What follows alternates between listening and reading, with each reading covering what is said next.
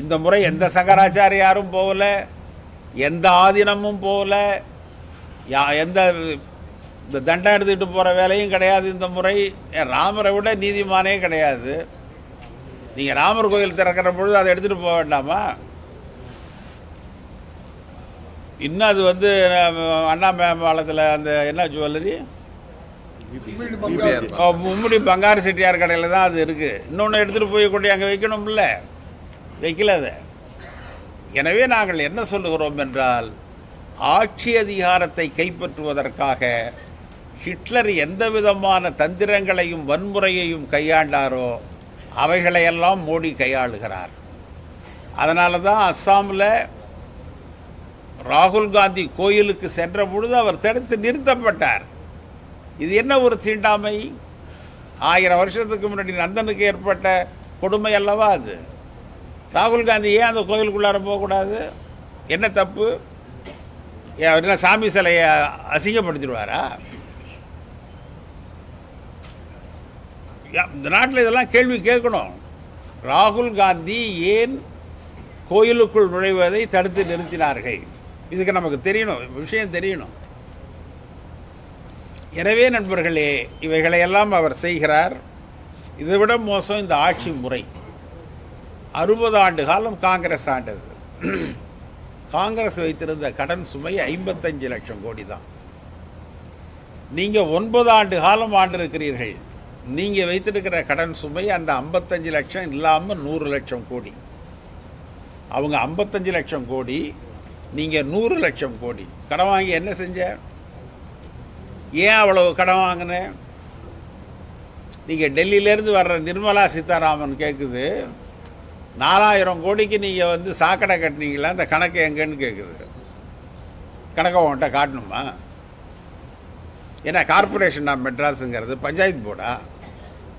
உங்கள்கிட்ட வந்து கணக்கை காட்ட நீங்கள் வந்து இதிலேருந்து என்ன தெரியுது? நீங்கள் 4000 கோடி 100 லட்சம் கோடிக்கு திட்டம் போட்டிங்கன்னா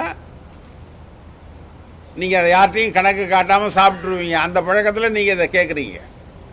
முறையாது. ஒரு மாநில அரசாங்கத்தை பார்த்து ஒரு கட்சி தலைவர் வேணால் அதை கேட்கலாம். ஒரு இந்தியாவினுடைய நிதியமைச்சர் அதை கேட்கலாமா? கணக்கு எங்கே? என்ன கணக்கு? 4000 கோடிக்கு என்ன கணக்கு?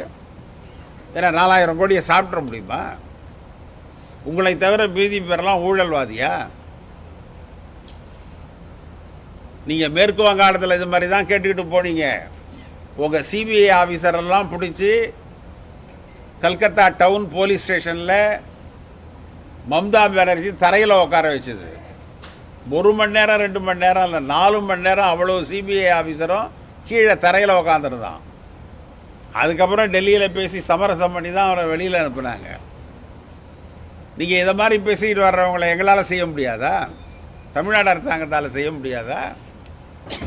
ஏன்னா எதற்கெடுத்தாலும் இதை போல் பேசினால் என்ன அர்த்தம்? இதற்கு முன்பு எப்பொழுதாவது சென்னையில் இவ்வளவு பெருமழைக்கு தண்ணீர் இவ்வளவு விரைவாக வடிந்தது உண்டா? 17 மணி நேரம் சென்னை நகரத்தின் மீது மழை பெய்திருக்கிறது. நீங்கள் சாதாரண மழைக்கான வடிகால்கள் தான் அது. நீங்கள் மிகப்பெரிய இயற்கை பேரிடருக்கான வாய்ப்பு வசதிகளோ வடிகாலோ அல்ல அது.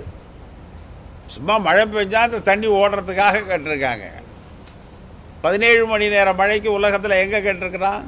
அந்த மழை இந்தியாவில் எந்த பெருநகரத்தில் பெய்திருந்தாலும் இதைவிட அதிகமான சேதம் வந்திருக்கும். செஞ்ச வேலையை நீங்கள் பாராட்டணும். அந்த பழக்கம் பாரதிய ஜனதாவிற்கு இல்லை. நாங்கள் அதற்காக மிகவும் வருத்தப்படுகிறோம். மோடி அரசாங்கம் ஒரு தோல்விகரமான அரசாங்கம். இந்த தேசத்திற்கு பாதகம் செய்கிற அரசாங்கம். இதுவரை அவர்கள் எந்த நன்மையும் செஞ்சதில்லை. அதனால தான் ராமரை பிடிச்சிக்கிட்டு அலைகிறாங்க. ராமர் நல்லவர்களுக்குத்தான் உதவி செய்வார், தீயவர்களுக்கு உதவி செய்ய மாட்டார்.